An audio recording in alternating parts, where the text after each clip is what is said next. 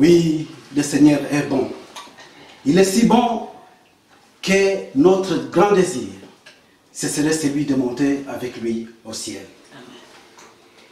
Et pour que cela puisse arriver, nous avons besoin d'avoir un cœur repentant. Nous avons besoin d'avoir un cœur plein d'humilité et d'obéissance. Nous avons besoin d'avoir un cœur prêt à aimer, un cœur bien disposé à écouter et à mettre en pratique la parole de Dieu. En d'autres termes, nous avons besoin d'avoir un cœur plein de foi. Alléluia. Amen. Alors, pour notre partage de ce soir, notre première lecture se trouve dans l'Épître aux Hébreux. Vous le savez très bien que cette Épître des Hébreux, l'auteur est inconnu. Et il est écrit au chapitre 11, verset 6, les Épîtres aux Hébreux, 11, 6, il est écrit ceci. Or, sans la foi, il est impossible d'être agréable à Dieu. Car il faut que ceux qui s'approchent de lui croient que Dieu existe et qu'il récompense ceux qui le cherchent. Amen. Amen. Or, sans la foi, il est impossible d'être agréable à Dieu.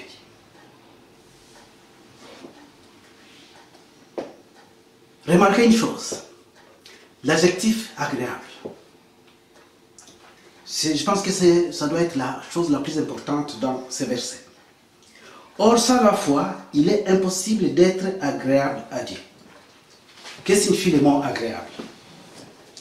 Le dictionnaire nous dit que c'est quelque chose qui nous fait plaisir, qui procure ou qui donne un sentiment de plaisir, quelque chose d'agréable.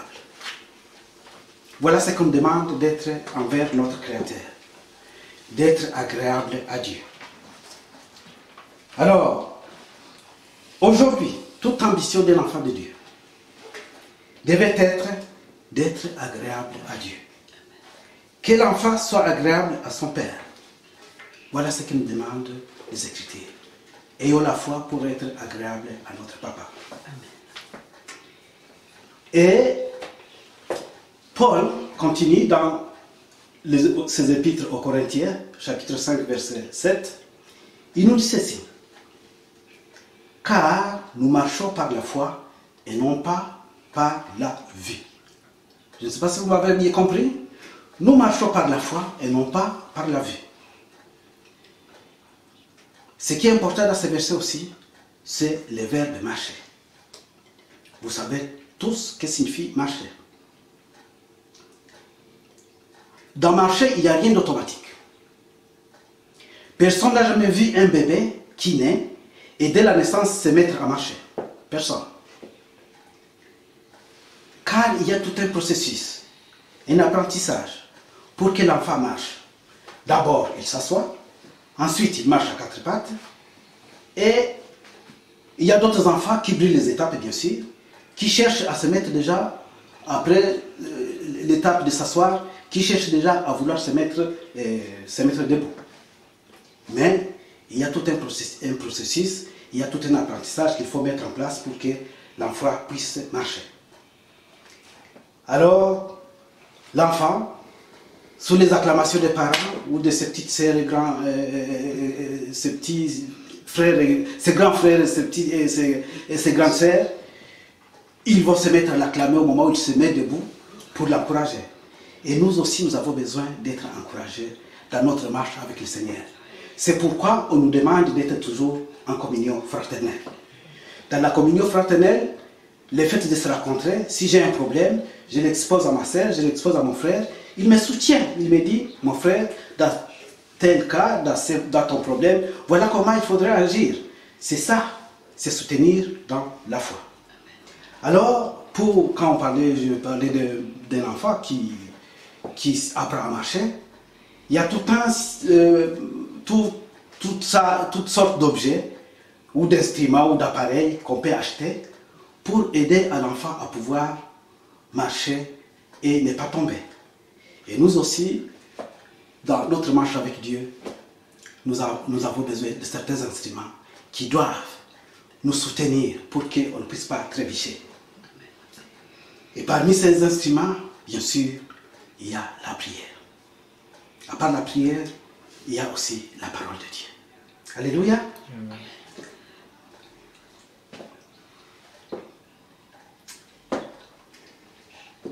Alors, vous savez alors, et vous avez compris que notre thème d'aujourd'hui se rapporte sur les supports de notre foi. Quel doit être le support de notre foi? Sur quoi notre foi, cette force opérationnelle et invisible, doit pouvoir s'appuyer? Il existe deux sortes de foi. La foi avec un petit f et la foi avec un grand F. Qu'est-ce que cela veut dire? La foi avec un grand F, c'est lorsque un individu, toi et moi, accepte Jésus comme sauveur, comme Seigneur pour qu'il soit sauvé, ou pour que nous soyons sauvés. Nous sommes sauvés par grâce et par les moyens de la foi. Ça, c'est la foi avec grand F. C'est la foi qui sauve. C'est la foi qui assure le salut. Mais dans la vie de tous les jours, nous avons besoin de cette foi, confiance en Dieu. Nous avons besoin d'expérimenter cela, d'être agréable à Dieu. Cette foi, confiance, cette foi, force opérationnelle invisible, doit s'appuyer sur quelque chose, un support. Un support, c'est quelque chose sur quoi on s'appuie pour pouvoir avancer.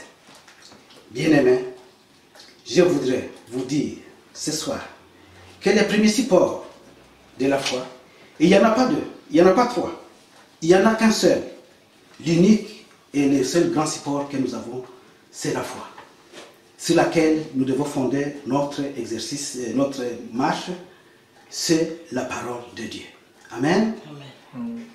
J'ai bien dit la parole de Dieu. Je n'ai pas dit que c'est la parole d'un homme, parce qu'un homme vous donne sa parole et ne pas la tenir. Un homme, quelle que soit sa catégorie socio-professionnelle, il peut être un président, un super PDG, un élu du peuple, il va te dire, voilà, je te donne mon accord. Tu vas te réjouir et sa parole ne sera pas suivie des faits. On a vu des grands hommes aller dans des usines, dans des entreprises et dire aux salariés que votre entreprise ne sera pas fermée. Et quelques mois après, l'entreprise est fermée. Voilà l'homme. Mais Dieu n'est pas comme un homme. Alléluia. Amen. Mais quand on devient chrétien, on doit faire une rupture épistémologique. C'est-à-dire changer de langage.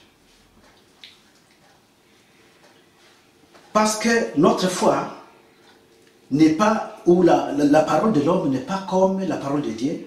Donc, nous aussi, nous devons essayer d'imiter notre Seigneur et pouvoir tenir à ce qu'on a dit. Si tu as donné une promesse, qu'on soit à mesure de la réaliser, comme notre Seigneur tient toujours à ce que sa parole soit exécutée. Amen. Alors, pour aller plus loin, nous allons nous baser sur des textes. Des textes qu'on retrouve dans les évangiles.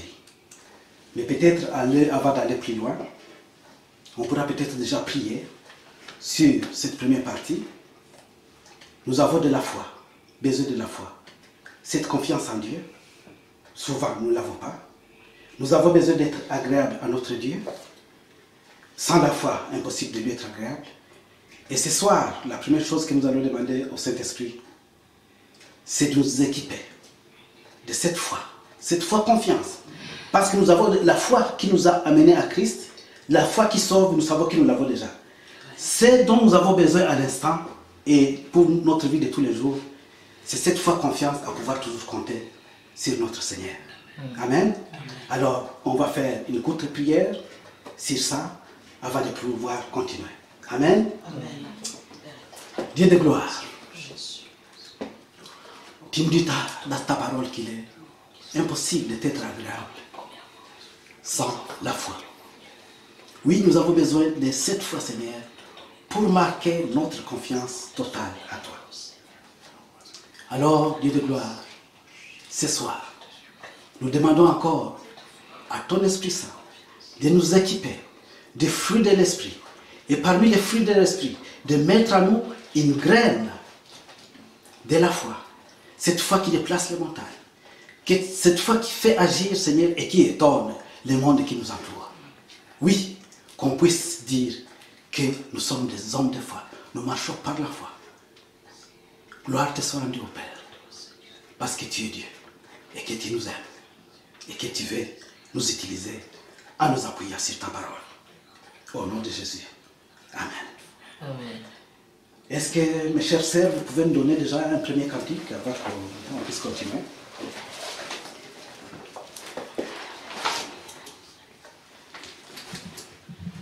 L'Éternel est ma lumière et mon salut.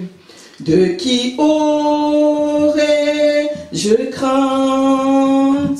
L'Éternel est le soutien de ma vie. De qui aurais-je peur? L'Éternel, l'Éternel est ma lumière et mon salut. De qui aurais-je crainte? L'Éternel est le soutien de ma vie. De qui aurais-je peur? L'Éternel, l'Éternel est ma lumière et mon salut. De qui aurais-je crainte? L'Éternel est le soutien de ma vie. De qui aurais-je peur? Louer, louer, louer l'Éternel. La victoire est à notre Dieu. L'Éternel est le soutien de ma vie. De qui aurais-je peur? Louer, louer, louer l'Éternel.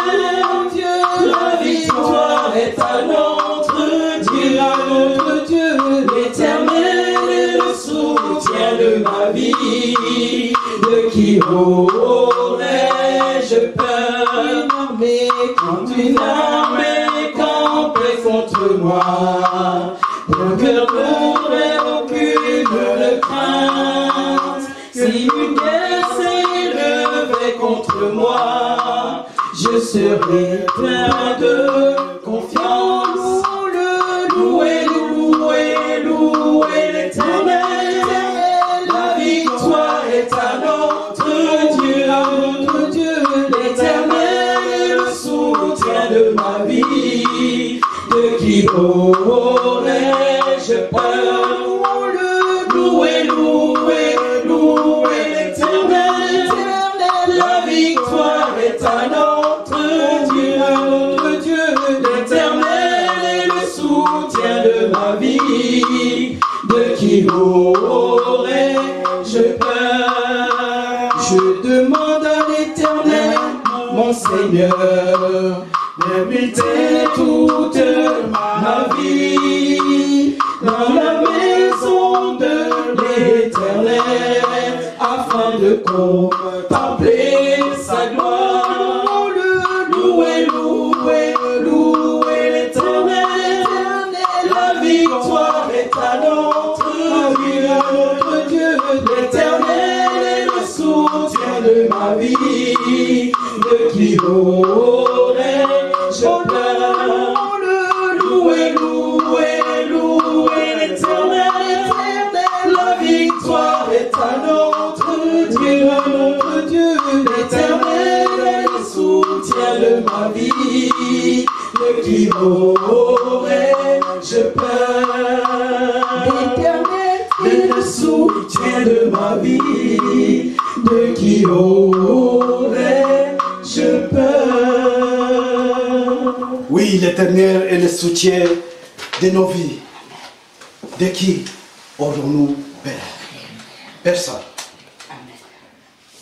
Alors, nos deux textes de ce soir, c'est Jésus qui parle. Dans le premier exemple, il y a la personne qui met la foi sur la parole de Jésus. Et là, dans le deuxième exemple, oui, les gens ont fait abstraction de la parole de Jésus. Ils ont cherché à placer leur foi dans quelque chose d'autre. Et qu'on le verra par la suite. Sans tarder, lisons dans le livre de Jean, chapitre 4, versets 46 à 53. Qu'est-ce qui est écrit? Jean 4, versets 46 à 53. Il est écrit ceci. Jésus retourna donc à Cana, en Galilée, où il avait changé l'eau en vin. Il y avait à Capernaum un officier du roi dont le fils était malade. Retenez bien le mot officier du roi dont le fils était tellement malade. Quand il apprit que Jésus était venu de Judée en Galilée, il alla le trouver et le pria de descendre guérir son fils, car il était sur le point de mourir. Jésus lui dit, « Si vous ne voyez pas de signes et de prodiges, vous ne croirez donc pas. » L'officier du roi lui dit, « Seigneur, descends avant que mon enfant ne meure. » Vas-y, lui dit Jésus, ton fils vit. Alléluia. Amen. Jésus lui dit, vas-y, lui dit Jésus, ton fils vit. Cet homme crut à la parole de Jésus et s'en alla. Il était déjà en train de redescendre lorsque ses serviteurs vinrent à sa rencontre et lui dirent, ton enfant vit. Il leur demanda à quelle heure il était allé mieux et les serviteurs lui dirent, c'est hier à 1h de l'après-midi que la fièvre l'a quitté. Le père reconnut que c'était à cette même heure-là que Jésus lui avait dit, ton fils vit. Alors il crut, lui et toute sa famille. Alléluia. Amen. Je disais tout à l'heure, retenez ce mot officier et que ce n'est pas anodin. Il s'agit d'un officier du roi. Jésus va donner une parole qui sera un support pour lui. Jésus dit, vas-y, ton fils vit. Je répète, vas-y, ton fils vit. L'officier lui dit, descends chez moi pour prier et guérir mon fils, sinon il va mourir. Jésus le regarda et lui dit, retourne chez toi, va, ton fils vit. Et cet homme crut à la parole que Jésus lui avait donnée et que Jésus avait dite, et il s'en alla. Il crut seulement et il n'était pas fâché. Il ne s'est pas énervé en disant, cet homme refuse de venir chez moi. Tout simplement, il s'est dit, comme il m'a dit, vas-y, ton fils vit, ça signifie qu'il se passe quelque chose. Alors, il est rentré chez lui tout confiant. Alléluia. Amen.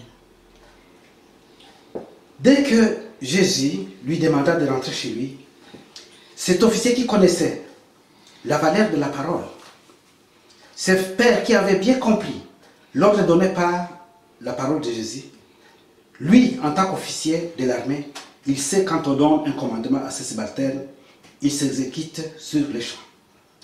Grâce à son travail de militaire, il sait le poids de la parole, il s'est dit, cet homme m'a donné sa parole, j'y crois. Et il crut à la parole que Jésus lui a donnée et il s'en alla. Alléluia. Au verset 51, qu'est-ce qu'il est écrit? Comme il descendait, ses serviteurs venant à sa rencontre lui apportèrent cette nouvelle. Ton enfant vit, monsieur l'officier. Ton enfant est guéri. Au verset 52, quand l'officier a entendu cela, il leur demanda à quelle heure l'enfant se trouvait mieux. Et ses serviteurs lui dirent, hier à la 7e heure, la fièvre l'a quitté. Au verset 53, le père de l'enfant, notre officier reconnut que c'était cette même heure que Jésus lui avait dit, va, ton fils vit. Conséquence, l'officier crie. Il crie en donnant sa vie à Jésus, non seulement lui seul, mais il donna aussi sa vie et toute sa famille donnant sa vie au Seigneur. Alléluia. Amen. Va, lui dit Jésus, ton fils vit. L'officier, c'est tout ce qu'il a retenu. On lui a donné un commandement, va, ton fils vit. Il a accroché toute sa foi sur cette parole, ton fils vit. Et il est parti, sans plus regarder derrière, il savait que c'est le Seigneur qui me l'a dit, ce sera fait tel qu'il me l'a dit. Alléluia. Est-ce que ce soir, ma sœur et mon frère, est-ce que nous pouvons être à mesure d'avoir une foi comme celui de cet officier? L'officier voulait que le Seigneur parte avec lui, qu'il aille chez lui à la maison, qu'il puisse imposer les mains sur son fils. Mais Jésus n'a pas voulu que ce soit comme ça. Il lui dit tout simplement, monsieur l'officier, rentre chez toi, ton enfant vit. L'officier n'était pas frustré, il a tout simplement pris le chemin, il est rentré chez lui et il lui a été fait selon la parole de Jésus. Amen. Amen. Alors, on va essayer d'établir un parallèle, ou une parallèle plutôt, entre l'acte qu'a posé cet officier et l'acte que vont poser deux sœurs. Les deux sœurs dont leur frère était malade et ils ont crié au secours à Jésus. Cela, nous pouvons le lire dans Jean, chapitre 4, versets 46 à 53. Jean 11 plutôt, versets 1 à 45. Excusez-moi. Alors, ces deux sœurs, c'est Marie et Marthe. Ils envoient un messager à Jésus. Et voici la réponse que Jésus donne au messager pour transmettre à ces deux sœurs. Nous lisons cela en Jean chapitre 11, verset 4. Qu'est-ce qui est écrit? À cette nouvelle, Jésus dit, cette maladie n'aboutira pas à la mort, mais elle servira à la gloire de Dieu, afin qu'à travers elle, la gloire du Fils de Dieu soit révélée. À cette nouvelle, Jésus dit, cette maladie n'aboutira pas à la mort, mais elle servira à la gloire de Dieu. Comprenez bien, quand Marie demande à Jésus de descendre parce que son ami Lazare est malade, il est écrit ceci. Après avoir entendu cela, Jésus dit au messager, la maladie de Lazare n'est point à la mort, elle est pour la gloire de Dieu, afin que le Fils de Dieu soit élevé. Et l'histoire continue en disant, quand Jésus eut entendu ça, il resta là encore 2 jours. Jésus n'était pas pressé pour aller voler au secours de son ami Lazare. Ce n'est qu'après qu'il dit à ses disciples, allons quand même voir Lazare qui dort. Alléluia. Allons quand même voir notre ami Lazare parce qu'il est en train de dormir. Et quand il est arrivé, le texte nous dit au verset 21, lorsque Marthe apprit que Jésus était là, elle alla au-devant de lui et dit, tu as dit au messager que cette maladie n'est point à la mort, mais pour la gloire de Dieu. Comment se fait-il que mon frère est mort et il est déjà enterré depuis 4 jours? Je ne comprends pas. Donc le message nous envoyé était faux. Voilà la réaction naturelle de Marthe quand elle se trouve devant Jésus. Seigneur, tu nous as fait parvenir un message comme quoi cette maladie ne comptera pas à la mort, mais ce sera à la gloire de Dieu. Mais comment se fait-il que maintenant, mon frère est mort et il est déjà enterré? Ce que Marthe dit à Jésus prouve qu'elle a balayé d'un revers de la main cette réponse inattendue de Jésus. La réponse inattendue de Jésus, c'était de dire cette maladie ne servira pas, n'est pas pour la mort, mais pour la gloire de Dieu. Et ça, Marthe et sa sœur n'avaient pas capté. Au lieu de mettre la foi sur cette parole de Jésus, cette réponse l'avait énervé et frustré. Elle avait mis sa foi dans autre chose. Elle voulait la présence de Jésus. Pour Marthe, ce n'est pas la parole de Jésus qui comptait, mais plutôt sa présence physique.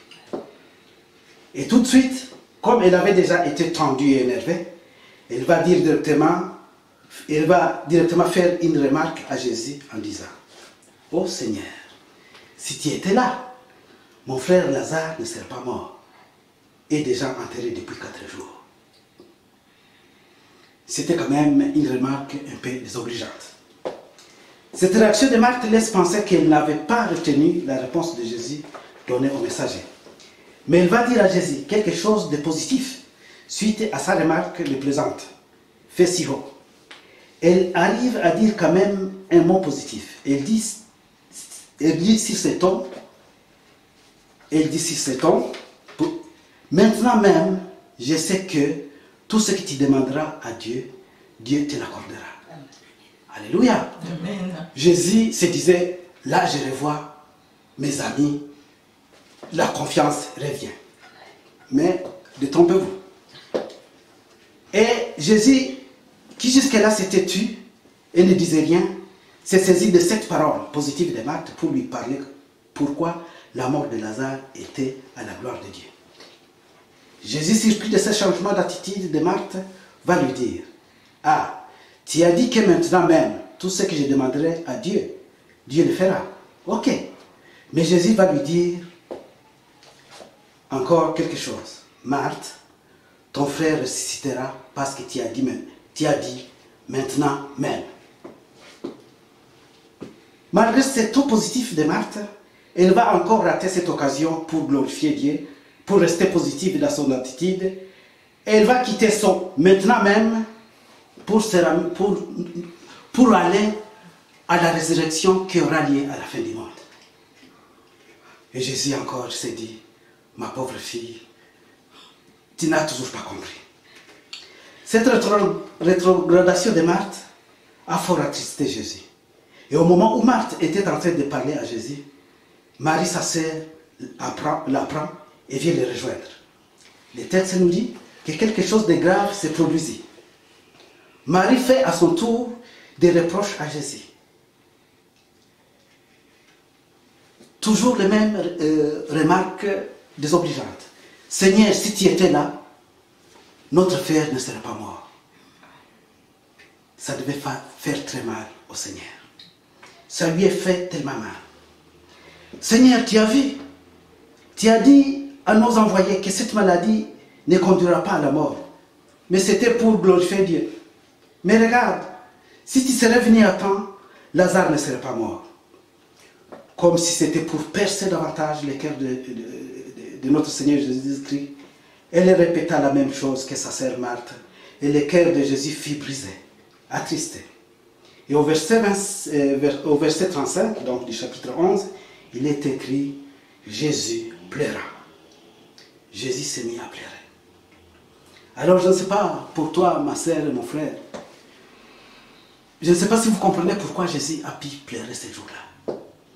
Est-ce qu'il a pleuré parce que son ami Lazare était déjà mort?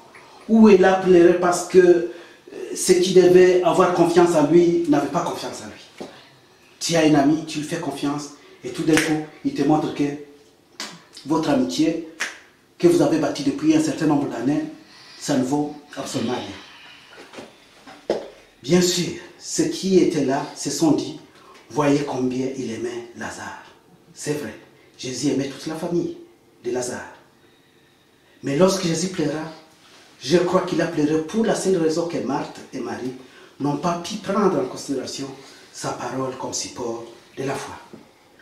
Comme cet officier du roi dont le fils fut guéri. Alléluia. Amen. Pour l'officier, Jésus dit, vas-y, ton fils vit. Il se saisit de cette parole, il s'en va. Pour Marthe et sa sœur Marie, Dieu dit aux envoyés, la mort de Lazare, donc la maladie de Lazare n'est pas pour la mort, mais pour la gloire de Dieu. Les deux sœurs devaient se saisir de ces mots-là. C'est pas pour la mort, mais pour la gloire de Dieu. Ils devaient bâtir leur foi sur ça. Mais ils ne l'ont pas fait. Ils préféraient voir Jésus à leur côté que fonder leur foi sur sa parole. Alléluia. Amen. Alors pour illustrer davantage cette attitude de Marie et de sa sœur, je vais vous raconter une petite histoire d'un funambule. Vous connaissez tous un funambule, c'est quelqu'un, un acrobate, qui marche sur un fil fin d'acier et qui doit traverser une vallée, quelque chose comme ça. Et cela s'est passé dans les chutes de Niagara au nord des États-Unis. Alors ce funambule, il a fait tout un temps de démonstrations et il y avait toute une foule de spectateurs qui l'acclamaient chaque fois qu'il passait avec une chaise, chaque fois qu'il prenait une table avec lui, il traversait, il rentrait, il prenait une brouette, il va avec ça. C'était formidable et tout le monde ne faisait qu'acclamer, acclamer, acclamer. Et à la fin, le funambule s'arrête et s'adresse à la foule, aux spectateurs. Il y en avait au moins plus de 12 000. Il leur dit, vous croyez en moi? Oui, nous croyons en toi. Oui, vous croyez à ce que j'ai fait? Oui, nous croyons à ce que tu fais. Ok, il a pris au mot. Ils ont dit qu'ils croient en moi. Alors, il leur dit tout simplement, si vous croyez en moi, alors qu'un de vous vienne, qu'il monte dans mon dos et qu'on puisse traverser avec lui le chute de Niagara. Et là, silence radio. Personne ne veut se porter candidat. Les funambules étaient vraiment attristés. Ces gens qui m'ont acclamé, ils m'ont dit avec ovation que oui, nous croyons à ce que tu fais, nous croyons en toi, à tes capacités. Mais maintenant que je leur dis, démontre que vous croyez en moi, viens monter dans mon dos, je vais traverser avec lui, maintenant il n'y a plus personne qui croit en moi. Voilà la triste histoire qui s'était passée à ce moment-là. Oui, la foi, c'est pas dans ce qu'on déclare, la foi ce sont les actes. Nous devons prouver notre foi dans ce que nous faisons et pas seulement le proclamer. Alléluia. Oui, Marthe et sa sœur n'ont pas pu exercer leur foi en se saisissant de la parole de Dieu. Ils ne l'ont pas exercé en faisant les actes d'une manière concrète. Ils ont loupé les coches. Mais l'officier, lui, le fait qu'on lui dit et qu'il rentre chez lui sans broncher, montre à suffisance qu'il avait confiance en Jésus. Alléluia. Amen. Alors, Jésus a fini par pleurer. Et finalement, il leur dit, est-ce qu'on peut aller n'offusquer au niveau de la tombe? Jésus dit, ôtez la pierre. Marthe va dire encore au Seigneur, il sent déjà, ça fait depuis 4 jours, c'est pas la peine, Seigneur. C'est pas la peine, Seigneur. Est-ce que Jésus c'était un homme ou Jésus était Dieu?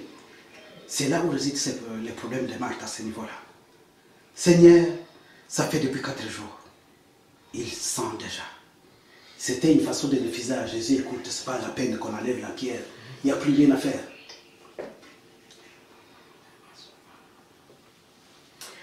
Au verset 40, Jésus répond à Marthe.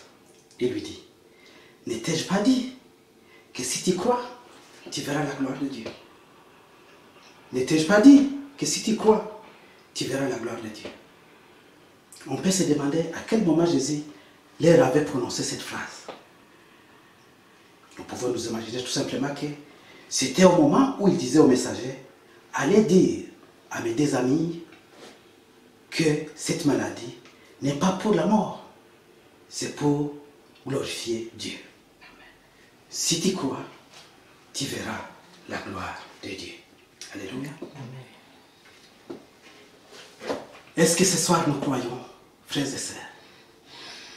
Est-ce que ce soir nous continuons toujours à attrister notre Seigneur, à ne pas lui démontrer notre foi, comme l'a fait le dessert? Ils n'ont pas crié sa parole. Et quand il voulait agir, on lui dit, non, Seigneur, ce n'est plus la peine d'enlever la pierre parce qu'il sent déjà, il n'y a plus rien à récupérer. Voilà ce qui a rendu Jésus triste à ce moment précis. Alors je vais vous demander tout simplement qu'on puisse prier et demander à notre Seigneur, à l'Esprit de Dieu, de nous aider, de pouvoir être des gens qui marchent par la foi, en fondant notre foi sur sa parole, comme l'officier, et non pas de faire comme Marie. Prions. Seigneur, combien de fois nous t'attristons, Seigneur. Chaque fois que nous pouvons te faire confiance, Seigneur. Alors que ta parole est oui et amen. Alors que ta parole est si claire, Seigneur. Tu nous dis quelque chose, Seigneur, que nous devons faire. Et nous nous mettons à gigoter. Et nous nous mettons à nous interpeller, à vouloir même te donner des leçons, Seigneur. Pardonne-nous de notre incrédulité. Oui, parce que l'incrédulité devant notre Dieu, le manque de foi, c'est une abomination devant l'Éternel. Oui, Papa, aide-nous, Seigneur, à avoir la foi, comme cet officier. Aide-nous, Éternel, à corriger l'attitude de Marthe et de Marie qui est en nous, qui est ancrée en notre chair, Seigneur. Parce que parfois, nous cheminons avec toi, nous croyons te connaître, Seigneur, alors que nous ne te connaissons pas suffisamment. Jésus a cheminé avec Marthe et Marie et Lazare pendant un bout de temps. Mais c'est comme s'ils ne l'ont pas connu. Parce qu'ils l'auraient connu, ils auraient pu agir exactement comme Jésus leur a demandé. Mais ils ne l'ont pas fait, Seigneur. Et c'est ce que nous sommes, Seigneur. Malgré ta parole que nous lisons chaque jour, malgré ce qu'on nous enseigne chaque jour, Seigneur, nous sommes loin d'avoir cette foi qui agit, Seigneur. Cette foi qui doit marquer ce monde dans lequel nous vivons. Alors encore ce soir, ô Éternel, fais-nous grâce et équipe-nous. Nous te le prions. Tu es Dieu. Tu peux le faire, Seigneur. Et nous savons que tu le feras. Au nom de Jésus. Amen. Est-ce que mes sœurs, vous pouvez encore nous conduire dans quelques cantiques, s'il vous plaît?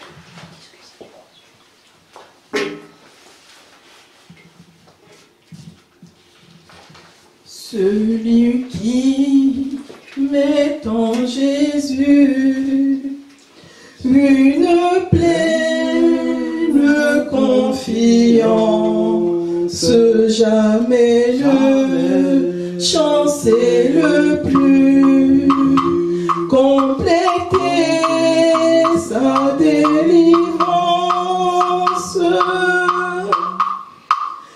par la foi.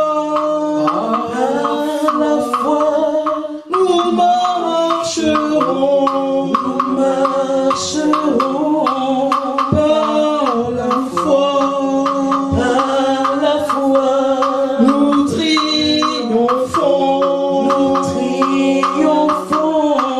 par la foi, mon Rédempteur me rendra plus que vainqueur.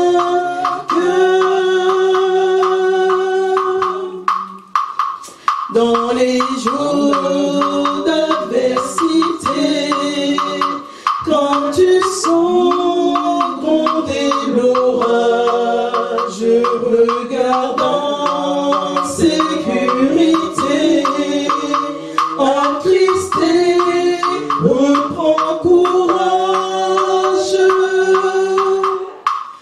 Par la foi, nous marcherons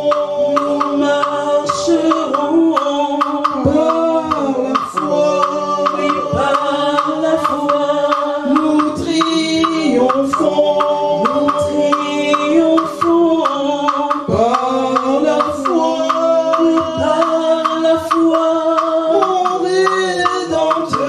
mon Rédempteur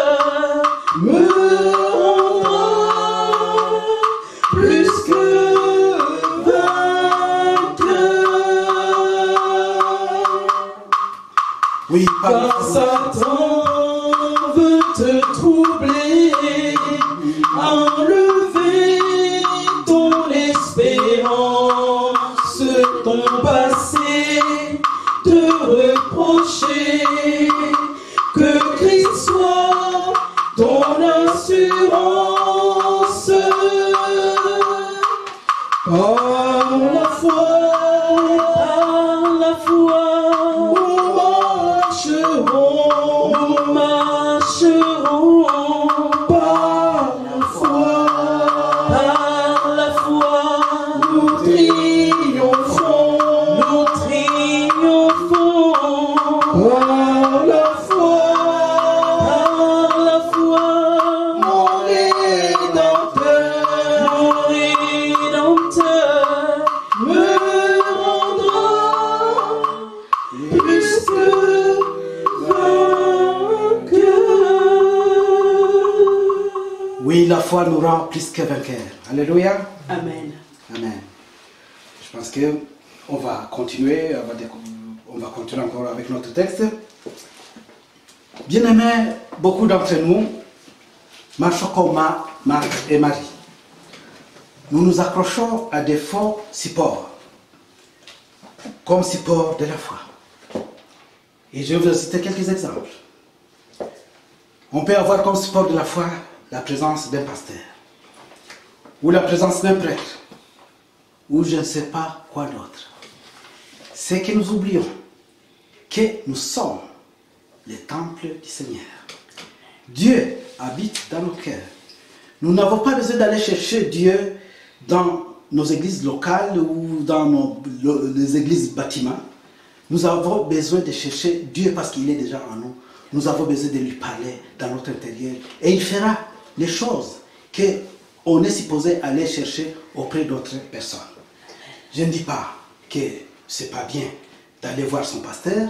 Je ne dis pas que ce n'est pas bien d'aller chercher l'aide quand on a un problème auprès d'un frère ou une sœur. Mais la foi, comme c'est une relation entre nous-mêmes et notre Dieu, la première chose que nous devons faire, c'est l'exercer nous-mêmes. Que ce soit cette confiance que nous bâtissons entre nous-mêmes et notre Dieu. Alléluia. Amen. Alors, quand on cherche le support de la foi, je disais tout à l'heure, la présence d'un pasteur, la présence d'un prêtre, mais il y en a qui mettent leur foi dans des crucifixes. À ce moment-là, ça signifie qu'il a mis une grosse croix dans sa maison ou dans sa chambre. C'est comme si ça devenait sa protection. D'autres prennent la Bible, il va les mettre dans sa voiture, ça va lui protéger contre les accidents de la route. Il va les mettre dans sa chambre, ça va lui protéger contre les attaques démoniaques, etc., etc. La Bible, dans ce sens-là, ce n'est qu'un livre. Ce n'est qu'un livre, comme tout roman que tu peux trouver. Mais ce qui est important pour la Bible, c'est la parole qui se trouve là-dedans. Si tu fondais ta foi dans la parole qui se trouve dedans, ok, la Bible te servira de secours. Mais si tu prends la Bible tout simplement parce que tu sais que Dieu a parlé, que ça se trouve là-dedans, et que d'une manière machinale, tout simplement, tu les mets sous ton oreiller pour te protéger contre les démons, là, mon frère, ma soeur, tu te trompes. Et c'est pour ça qu'aujourd'hui, on peut trouver une science qui s'appelle la bibliolatrie. Les gens qui adorent la Bible, tout simplement, et non pas la parole qui se trouve dedans, tout simplement. On prend la Bible, c'est comme si la Bible pouvait remplacer Dieu. La Bible, c'est la parole de Dieu. La Bible, c'est pas Dieu, c'est la parole de Dieu. Et nous devons nous servir de la parole de Dieu et non pas qui se trouve là-dedans et non pas les livres comme tels. Amen. Amen.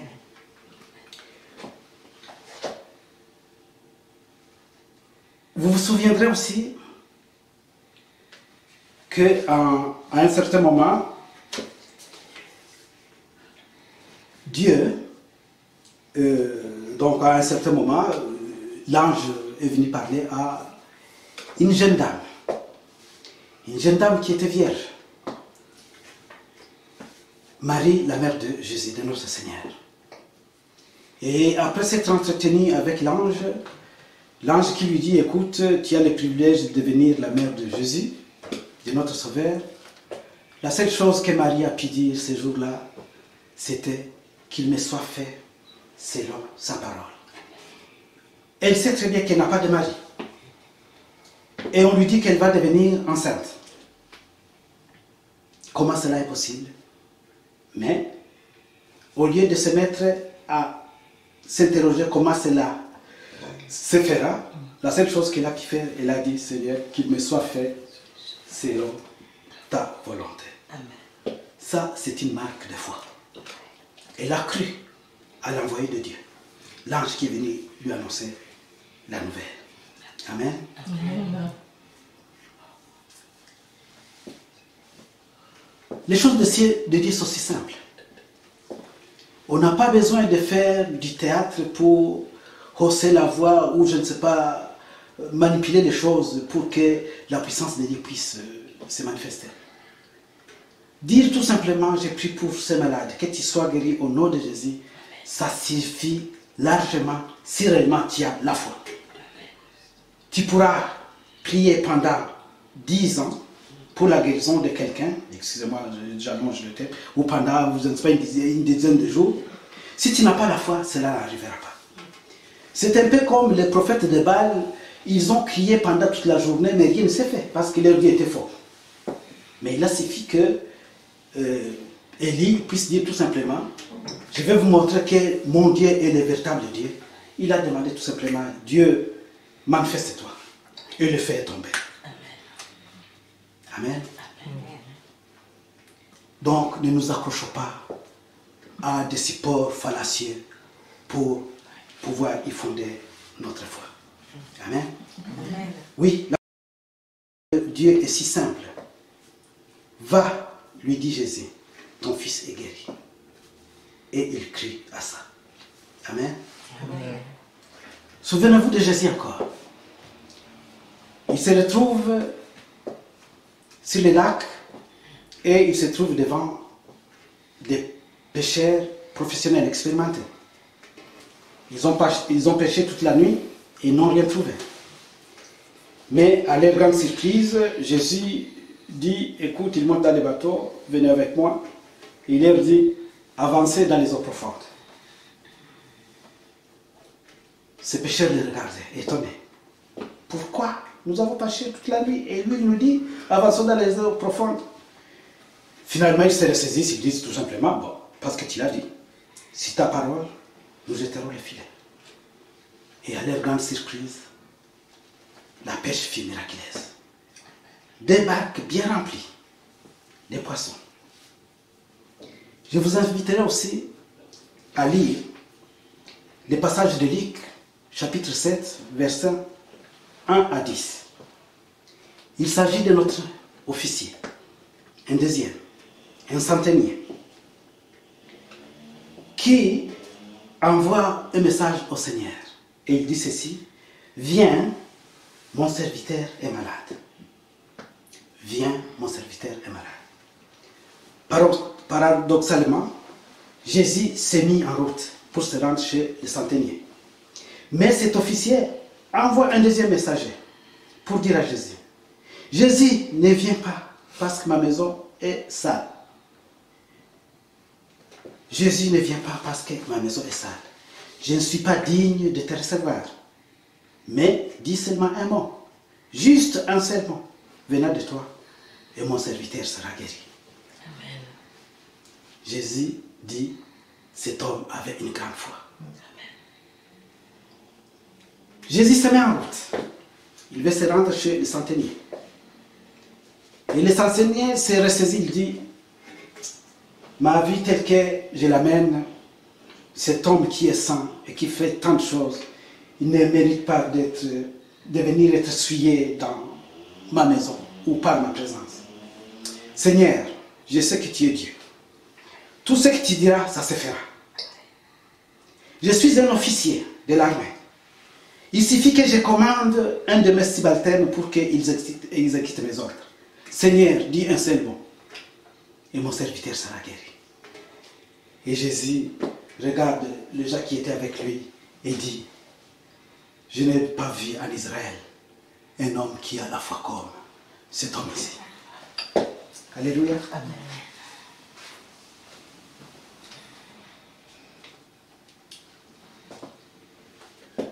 La foi du centenier étonna Jésus. dis simplement un mot.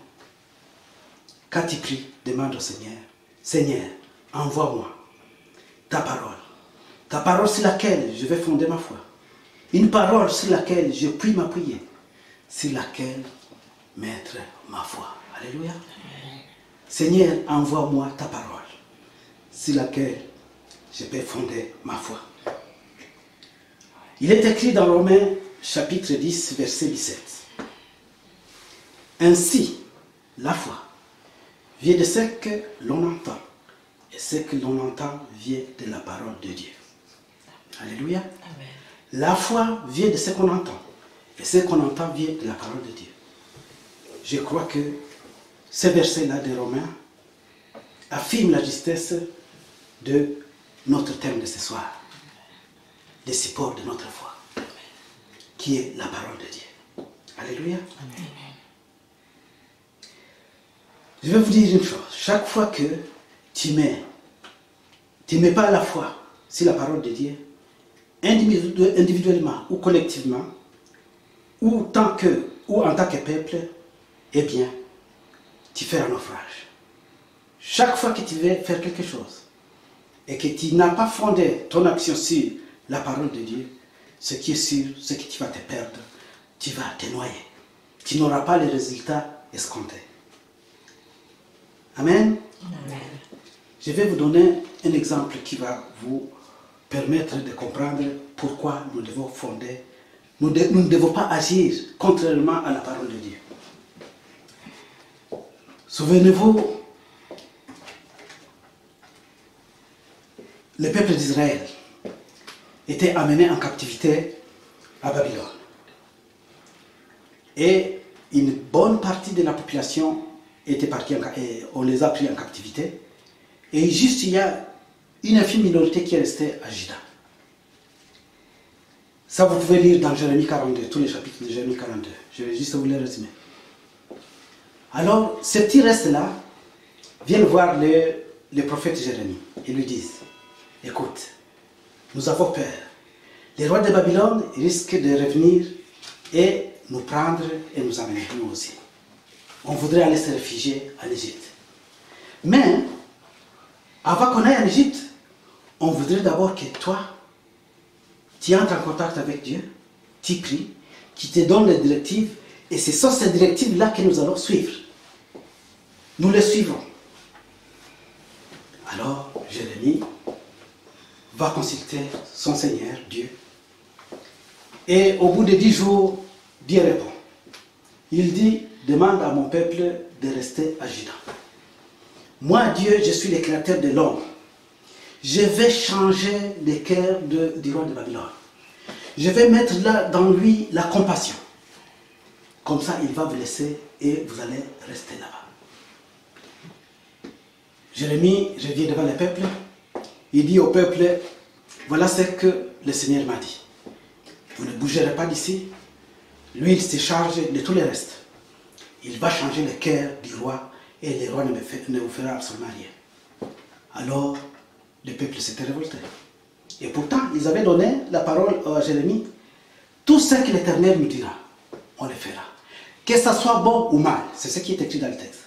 Que ça soit bon ou mal, donc bon pour eux, qu'ils soient d'accord ou pas de ce que l'Éternel dit, nous ferons ce que l'Éternel aura dit. Ah, mais quand Jérémie est venu avec la réponse, il n'était plus là. Non. Jérémie, tu es en train de le manipuler. Et ce reste-là de Juda est parti en Égypte. Et qu'est-ce qui s'est passé? Ils ont été exterminés, les uns par l'épée, les autres par la famine, etc., etc. C'est pourquoi je disais tout à l'heure que chaque fois que nous ne fondons pas nos actions sur la parole de Dieu, nous coulons tout droit vers le naufrage. Et ce peuple d'Israël en a appris, mais d'une manière triste. Ils ont été tous exterminés parce qu'ils n'ont pas obéi à la parole de Dieu. Et pourtant, c'est eux-mêmes qui avaient demandé, va intercéder pour nous et on fera tout ce que le Seigneur t'aura demandé de faire. Amen. Oui. Jésus s'est mis à pleurer, certes. Jésus avait le souvenir de cet officier qui ne connaissait ni d'Adam ni d'Ève, qui a cru en lui. Tandis que Marie et Marthe, qui furent ses amis, n'ont pas eu confiance en sa parole. C'était décevant pour Jésus. Et ils n'ont pas pu croire en sa parole. Ils étaient incapables de prendre la parole de leur ami Jésus comme support de la foi. Voilà ce qui attrista Jésus. Voici pourquoi Jésus pleura. Jésus pleure encore ce soir, mon frère et ma sœur, à cause de ton manque de foi, à cause de tes actes et de tes attitudes dénuées de foi. Nos vies doivent être conduites en s'appuyant sur la parole de Dieu, comme support de foi. Or, la foi. Sans la foi, il est impossible d'être agréable à Dieu. Car il faut que celui qui s'approche de lui croit que Dieu existe et qu'il récompense ceux qui le cherchent. Amen. Veux-tu suivre le chemin du salut ce soir? Veux-tu être agréable à Dieu ce soir? Oui, les Écritures nous disent encore. Heureux ceux qui croient sans avoir vu. Car l'incrédulité, le manque de foi est une abomination pour Dieu. Amen. Amen. Oui. En Jean 20, chapitre 20, versets 24 à 29, il s'agit de Thomas.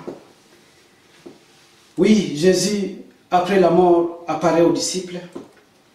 Et Thomas qui vient lui dit, on a vu le Seigneur, il dit, moi, impossible d'y croire.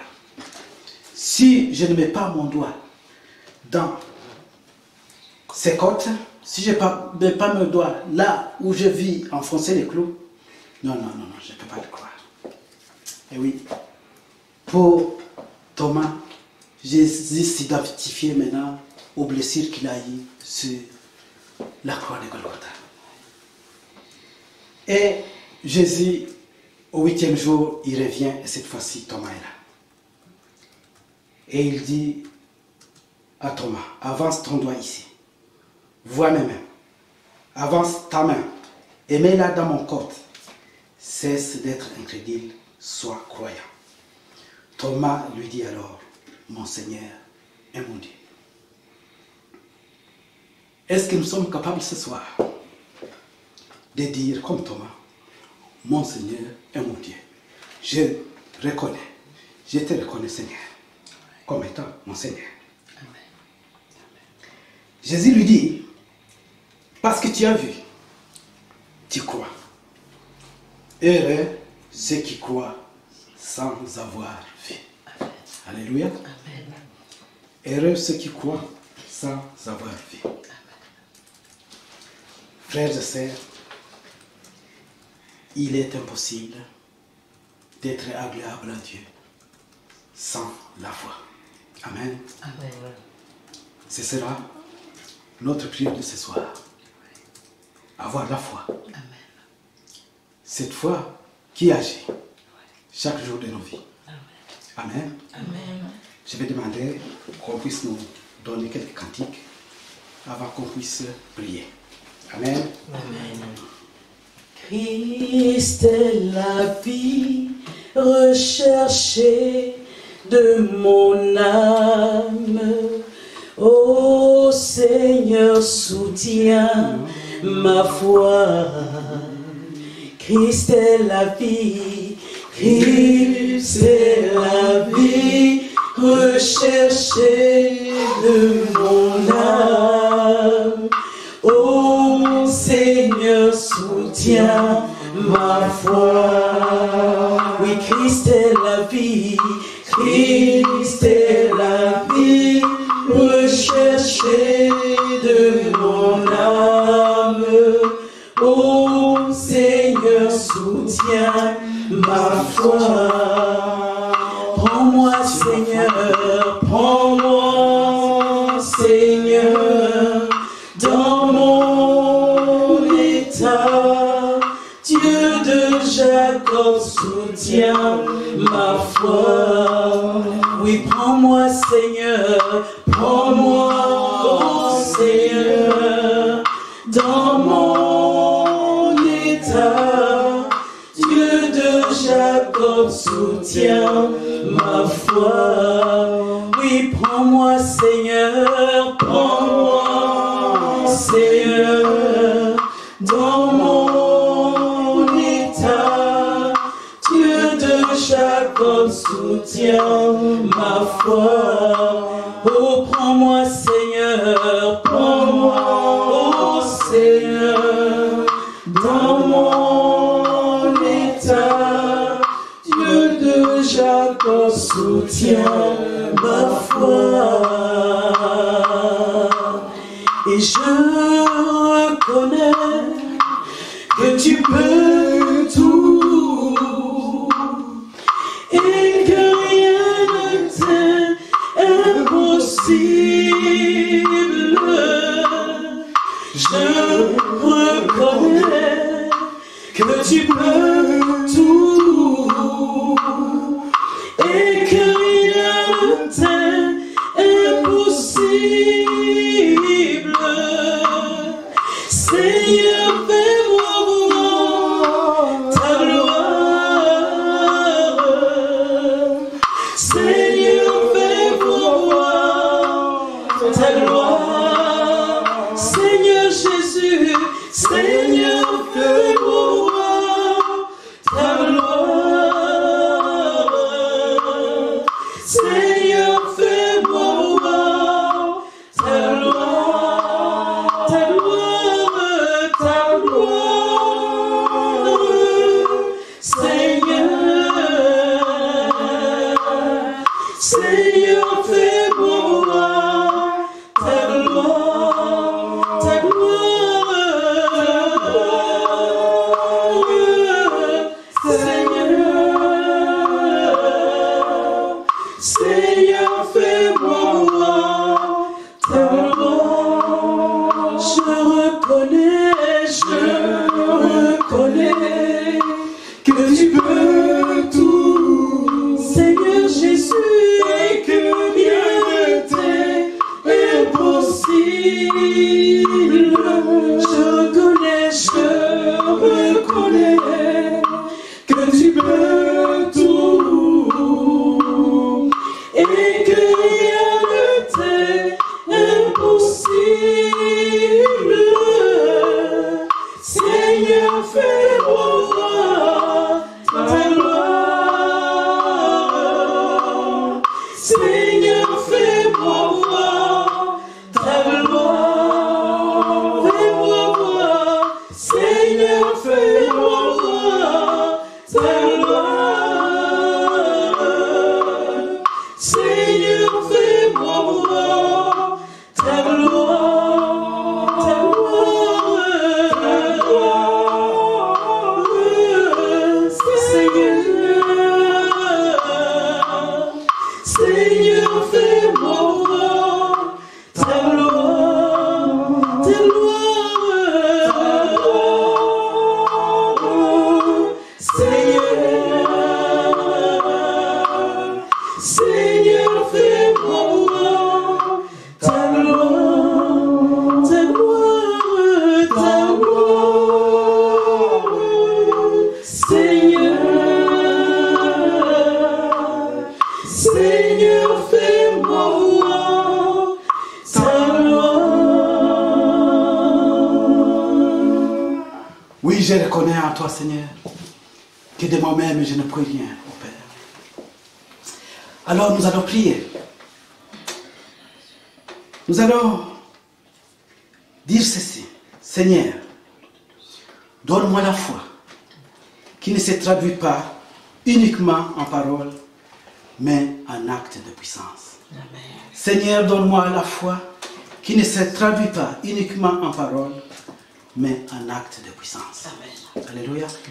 Comment voulez-vous que ce monde puisse nous croire si nos paroles ne sont pas accompagnées par la puissance de Dieu? Jésus nous disait, allez prêcher la bonne nouvelle. Priez pour les malades et les malades seront guéris. Voilà la puissance qui doit nous accompagner, les miracles de Dieu. Seigneur, donne-moi la foi, qui ne se traduit pas uniquement par les paroles, les verbiages, mais en acte de puissance. Gloire à toi, Père. Prions. Papa, nous avons besoin de toi. Nous avons besoin d'être revêtus par la puissance de ton Esprit Saint. Nous avons besoin de marcher par la foi, ô Éternel. Nous avons besoin que nos actes, Seigneur, soient accompagnés, Seigneur, de la puissance de ton nom, ô Jésus. Parce que par ton nom, Seigneur, tout genou fléchit. Par ton nom, Papa, les démons, Seigneur, sont en débandade. Par ton nom, Éternel, les malades sont guéris. Par ton nom, ô Dieu, les démons, Seigneur, fuient. Nous avons besoin de toi, Seigneur. Et ce soir, s'il y a des malades parmi nous, ô Éternel, qu'ils font de leur foi, Seigneur, sur ta parole, ô Éternel. Oui, parce que ce que tu dis, c'est que leur maladie, c'est pas pour la mort, c'est pas pour qu'ils souffrent longtemps, mais c'est pour qu'ils puissent avoir la guérison et pour que toi, tu sois glorifié. De la même manière que tu l'as dit à Marthe et Marie. Oui, que cette maladie n'est pas pour la mort, mais c'est pour glorifier Dieu. Je te bénis, Père, et je te demande, Seigneur, s'il y a quelqu'un parmi nous, Seigneur, qui souffre, Seigneur, quelle que soit la maladie. Oui, Papa, glorifie-toi, Papa. Glorifie-toi, qu'il puisse trouver la guérison éternelle. Et que ce monde qui nous entoure puisse dire réellement, voilà les enfants de Dieu, là où ils sont. Ils évoquent l'éternel, et l'éternel écoute les cris de leur voix. Gloire te soit rendue au Père. Amen. Amen. On dirait encore au Seigneur, donne-nous la foi de croire sans voir. Donne-nous la foi qui croit sans voir, qui croit des choses invisibles. Amen. Amen. Oui, Thomas, quand les autres lui ont dit, le Seigneur est ressuscité, il a été avec nous. Pour lui, parce qu'il n'avait pas vu, il ne pouvait pas croire. Mes frères et sœurs, nous avons besoin de croire sans pouvoir voir. Nous n'avons pas besoin de quelque chose de visible pour croire. Il y a suffisamment de choses sur terre qui nous attestent que notre Dieu est grand et que nous pouvons compter sur sa parole. Mettons cela en pratique.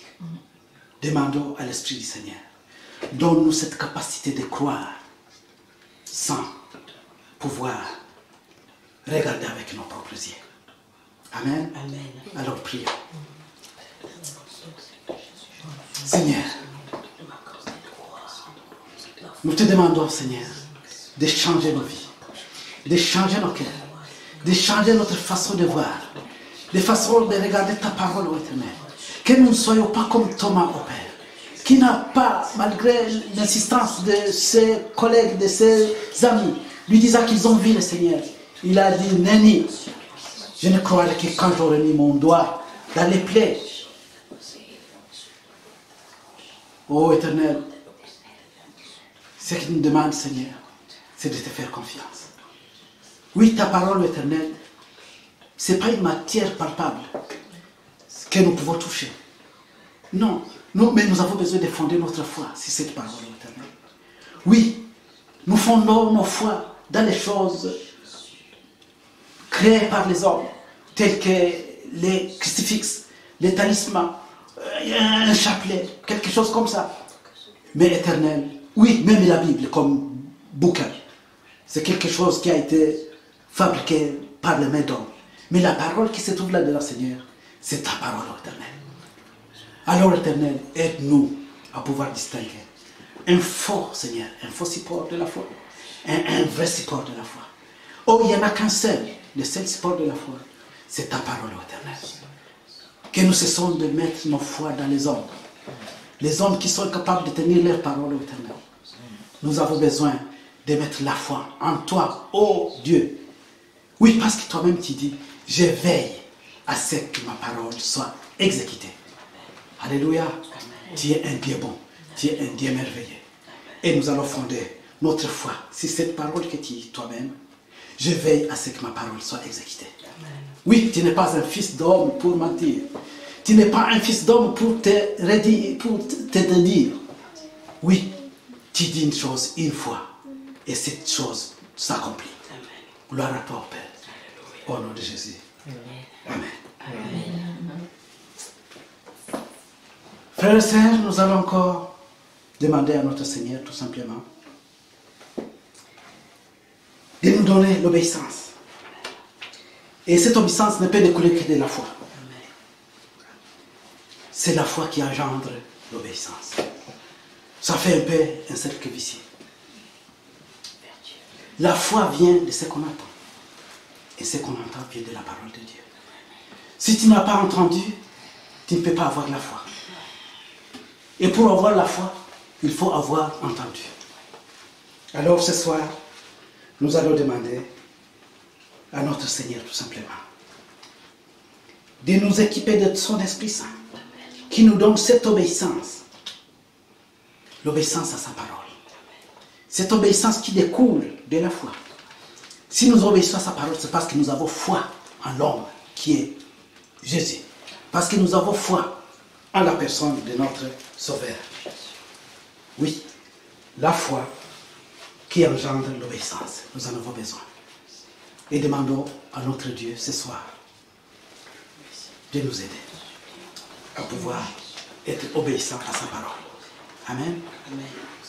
Écouter la parole de Dieu, sans la mettre en pratique, ce n'est pas la peine. Écouter la parole de Dieu et la mettre en pratique, voilà ce que Dieu nous demande. Amen. Amen. Prions. Papa, combien nous avons besoin de toi. Combien nous avons besoin de la foi. La foi qui mettra en nous la crainte et l'obéissance, Seigneur, de toi, Dieu, le grand Dieu, le Dieu compatissant, le Dieu qui pourvoit à nos besoins, le Dieu qui combat pour nous. Oui, nous avons besoin d'obéir à ta parole.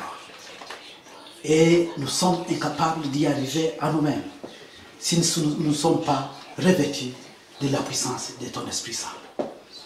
Alors, Éternel, de la même manière que tu as dit à l'officier, va, ton fils est guéri. Nous voulons, Éternel, que nous puissions être obéissants. Quand tu dis va, et que nous nous mettons en marche. Quand tu dis va, et que nous allons remplir ta volonté. Quand tu dis va, qu'on ne rechigne pas au Éternel. Parce que ta parole est vérité. Ta parole est lumière. Et nous avons besoin de marcher sur ta parole, à suivre ta lumière, oh notre Dieu. Gloire te soit rendue au Père, au nom de Jésus. Quand on était à l'école secondaire,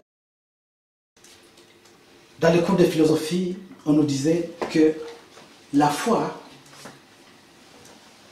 est un engendrement. Ça signifie tout simplement que tu te trouves à ce niveau-là où s'arrête ton raisonnement logique et tu es obligé de faire un saut. Il y a tout un trou entre ce qui est logique et là où commence la foi. La foi, c'est quelque chose d'irrationnel. Tu ne peux pas l'expliquer avec les mots. Tu ne peux pas les démontrer avec les mots. La foi se démontre. Mais avec les langages, notre langage humain, il est pratiquement impossible. C'est pourquoi nous avons besoin d'être des fous de Dieu. Amen. Quand Jésus disait à ces boiteux, lève-toi et marche. Je pense que ceux qui étaient aux alentours, s'ils ne l'avaient déjà pas vu en train de faire d'autres miracles, ils auraient dit, cet homme est fou. Nous devons être fous pour le Seigneur. Oser dire.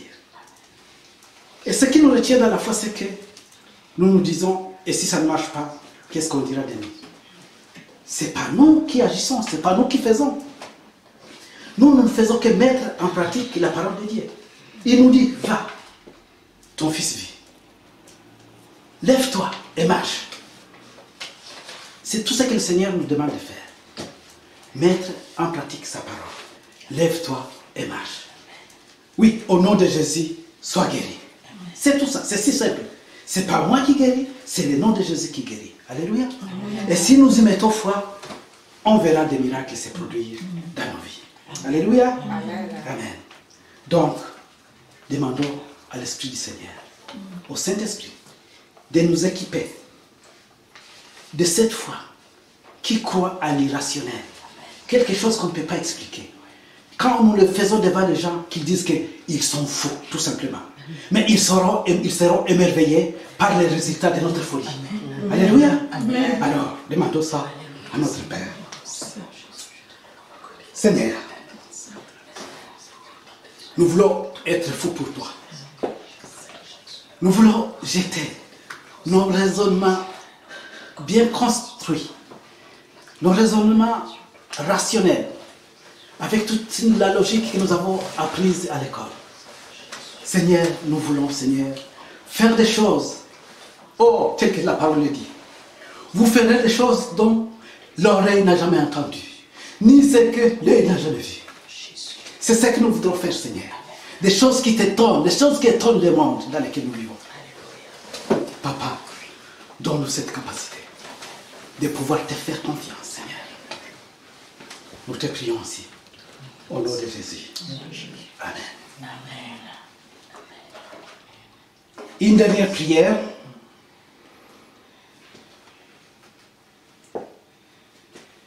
C'est que, demandons au Seigneur tout simplement, si nous avons parlé de la foi ce soir, ça fait un enchaînement depuis un certain nombre d'enseignements où on parle de la foi. Demandons tout simplement à Dieu de nous aider que l'enseignement sur la foi ne soit pas un enseignement vain. Que cet enseignement vienne s'ancrer dans nos cœurs et qu'il produise les fruits de la foi. Alléluia. Amen. Les fruits de l'espérance. Amen. Amen. Prions encore. Seigneur,